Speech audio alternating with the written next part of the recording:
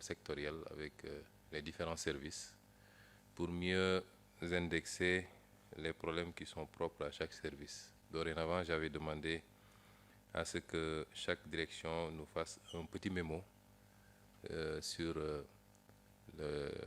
la situation de son service et les problèmes rencontrés, mais surtout les propositions, s'il y en a, pour pouvoir essayer d'apporter des solutions. Ceci dit, je dis que cette rencontre est importante dans la perspective du rôle nouveau que nous voulons donner, la place nouvelle que nous voulons donner à cette institution qu'est la primature.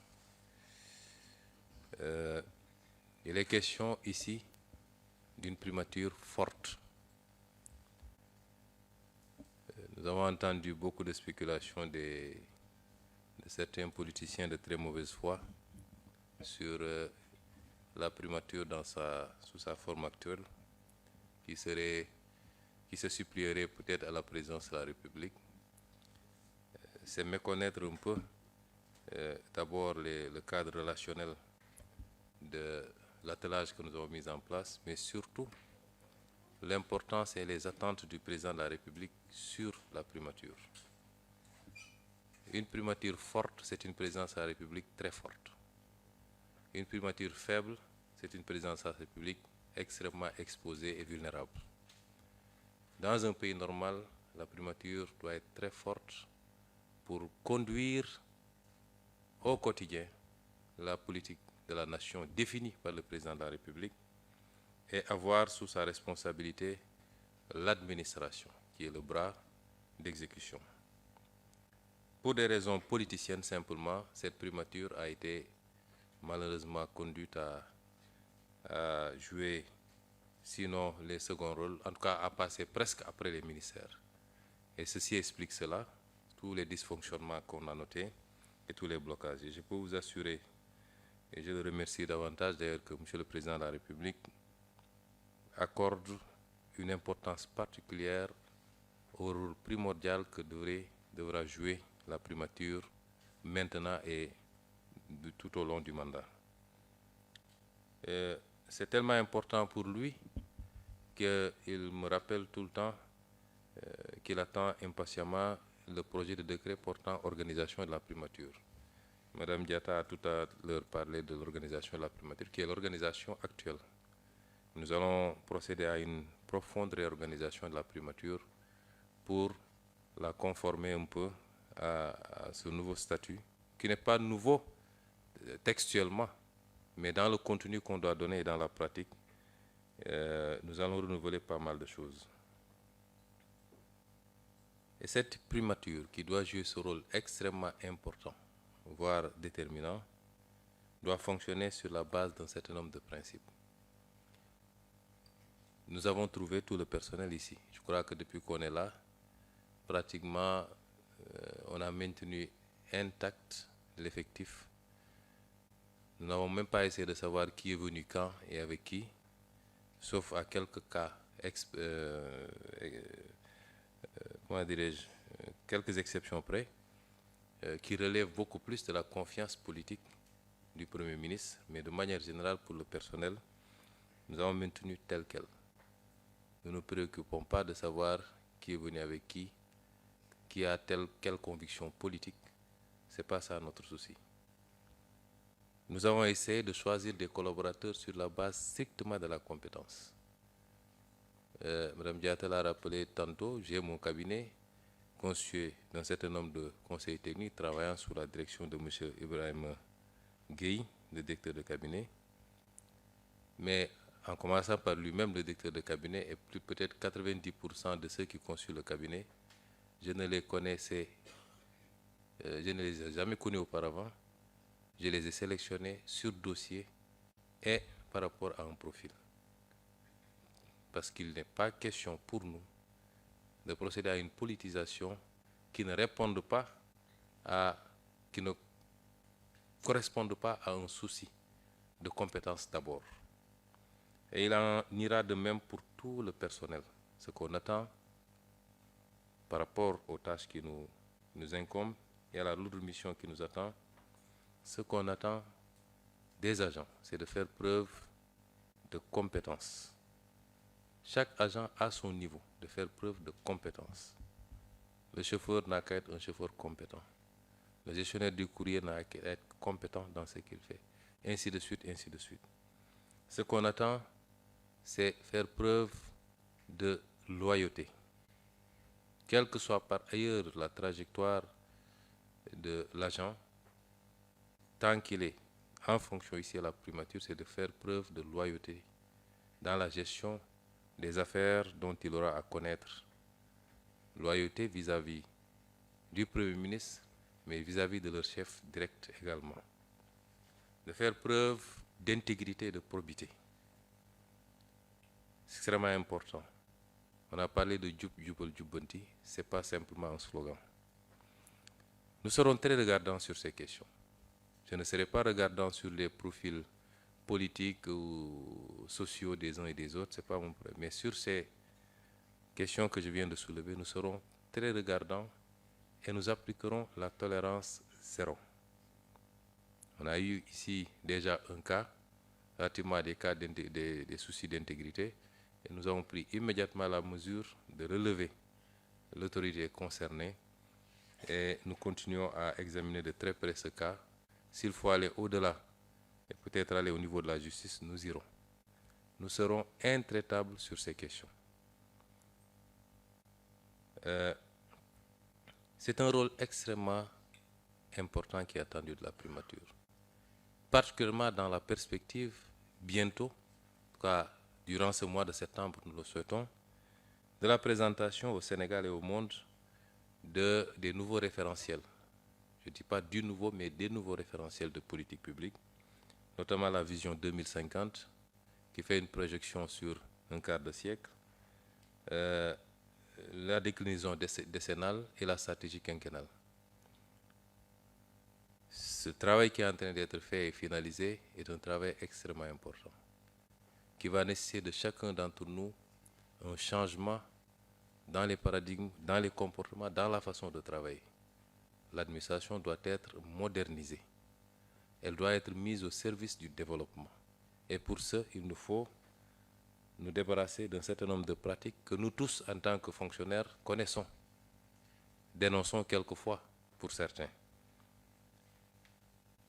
Cela fera l'objet de beaucoup de communication, de la formation certainement, mais il faudra qu'on aille vers ça.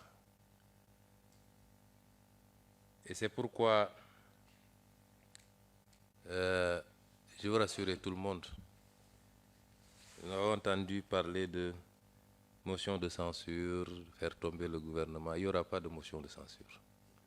Il y a des politiciens complètement dépassés par les événements, appuyés par leur presse. Mais je puis vous assurer qu'il n'y aura pas de motion de censure d'ici le 12, et que le 12, s'il plaît à Dieu, ces gens auront autre chose à faire que d'être députés à l'Assemblée nationale.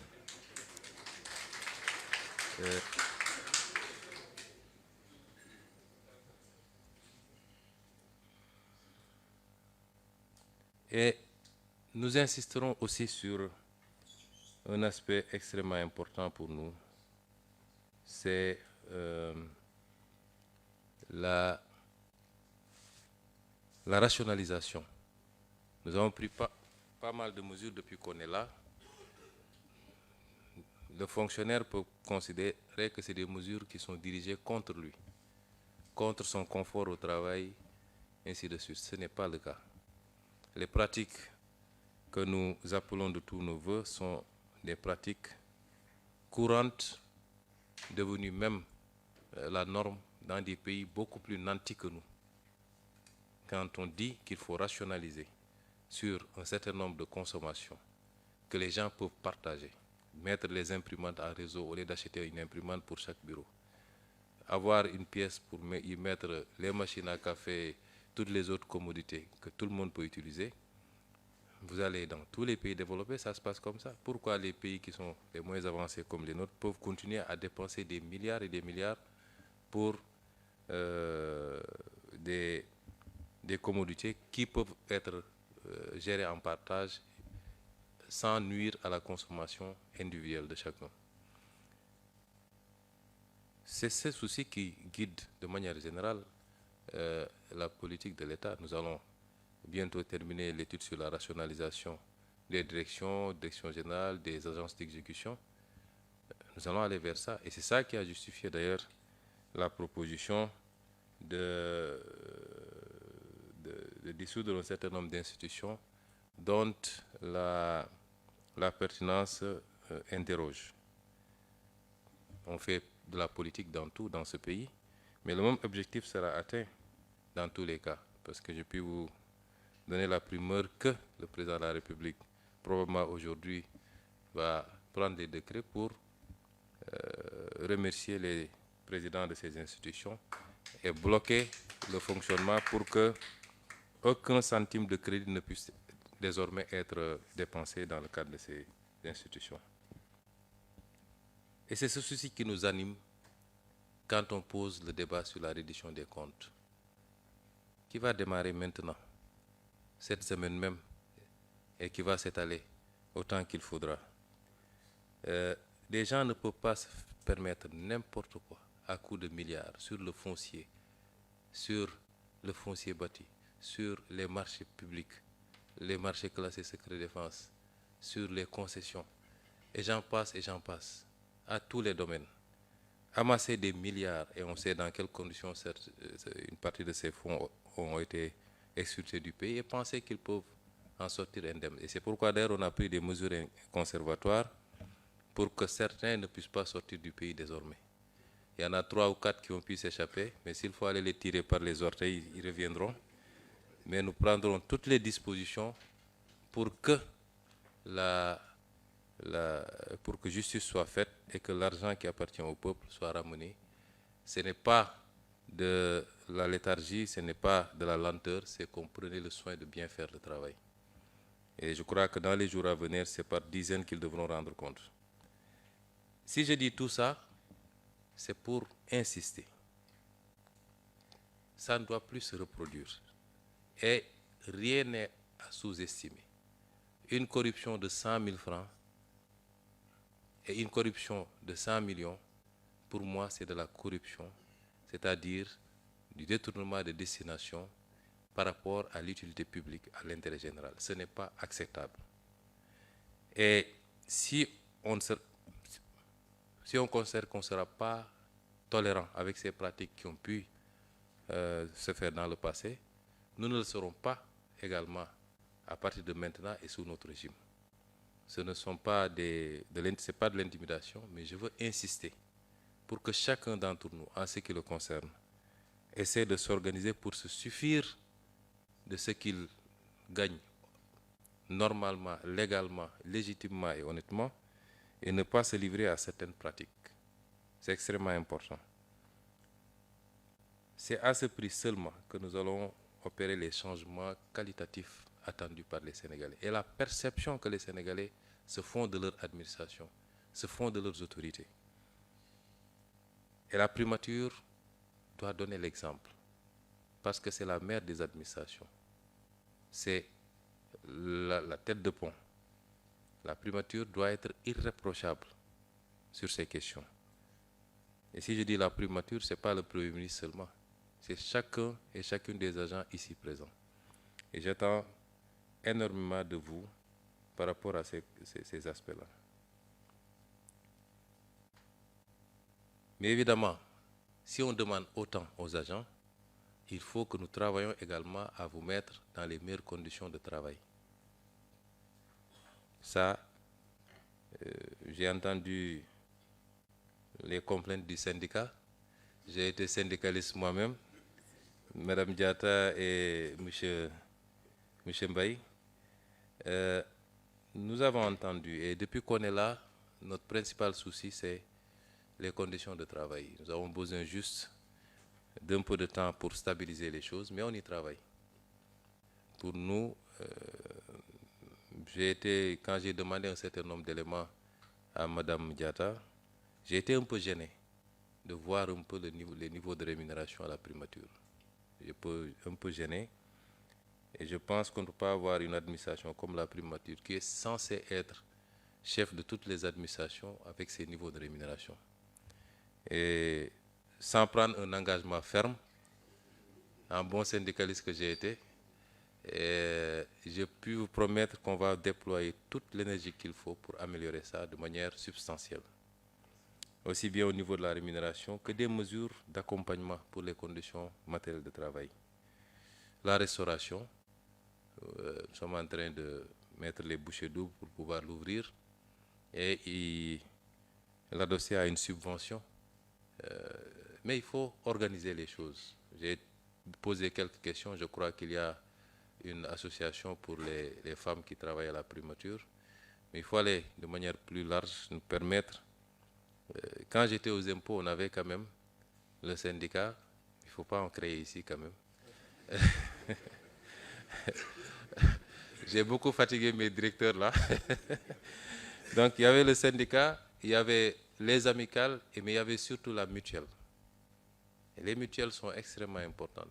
Et il faut en créer, surtout que l'État va mettre en place une politique mutuelle beaucoup plus agressive pour permettre d'englober tout le monde. Et c'est l'ensemble de ces synergies qui permettait de faire beaucoup de choses. Les évacuations sanitaires, la subvention du restaurant et beaucoup d'autres choses. Je pense qu'on peut s'en inspirer pour essayer d'organiser les choses ici au niveau de la primature et vous permettre à tous de pouvoir améliorer pour les prises en charge médicales, pour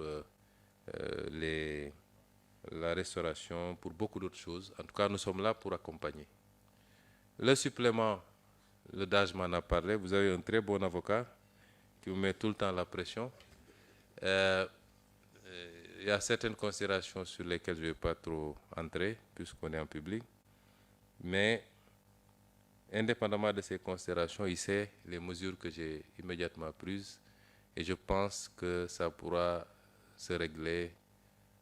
Je ne sais pas s'il y a eu une évolution avec le ministère des Finances. En tout cas, on avait pris un certain nombre de dispositions pour que ça se remette en place le plus rapidement possible. Et nous voulons aller beaucoup plus loin. J'ai parlé du restaurant. Avec le Conseil technique santé, on est en train de mettre en place une petite unité pour les soins d'urgence. Je crois que le local est là, l'équipement, on est en train d'équiper petit à petit.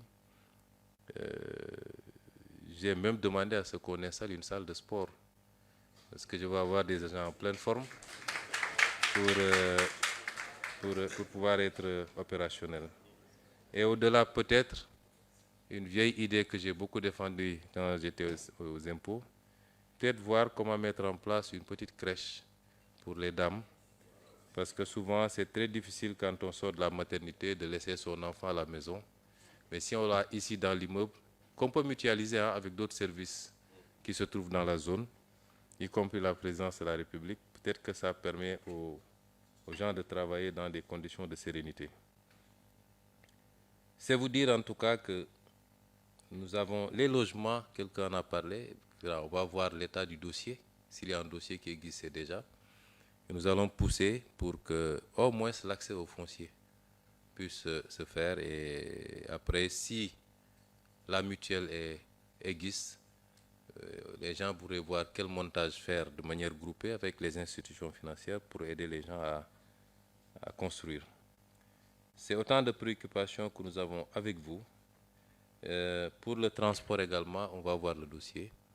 C'est vrai que c'est même beaucoup plus économe pour nous d'avoir un système de ramassage généralisé plutôt que de gérer les déplacements individuellement.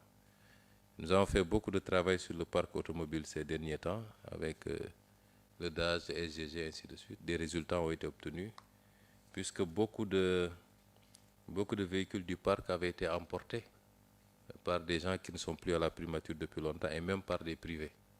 On a pu en récupérer beaucoup. Et il nous faut travailler peut-être à des moyens de transport qui permettent de déplacer, de faire partir et revenir le maximum de personnes dans des conditions les plus optimales. Et nous allons y travailler. Et je reste de manière générale ouvert à toutes vos suggestions dont on examinera la faisabilité. Et tout ce qui sera faisable, soyez assurés que vous aurez notre soutien, parce que pour nous, un agent performant, c'est un agent apaisé dans son cadre de travail, dans ses conditions de vie et d'existence. Les deux vont de pair. Donc nous allons tout faire en tout cas pour accompagner tous les agents à se sentir mieux pour pouvoir mieux servir. C'est les quelques éléments que je voulais dire. Je n'ai pas lu de discours, je n'aime pas en lire. Pourquoi je fais trop de... à chaque sortie, on dit qu'il en a trop dit ou il n'en a pas dit assez. Mais je préfère dire les choses telles que je les ressens, dans un dialogue direct et franc. Et ce genre de rencontre, peut-être nous allons essayer de la reproduire peut-être une fois dans l'année, indépendamment des rencontres sectorielles, sauf si le personnel décide d'organiser des fêtes de temps en temps. Et je vous encourage à cela, des activités sportives, des randonnées, Quand c'est une famille, il faut rendre le cadre convivial et permettre aux gens de mieux se connaître. Je vous remercie de votre aimable attention et vous souhaite un bon appétit.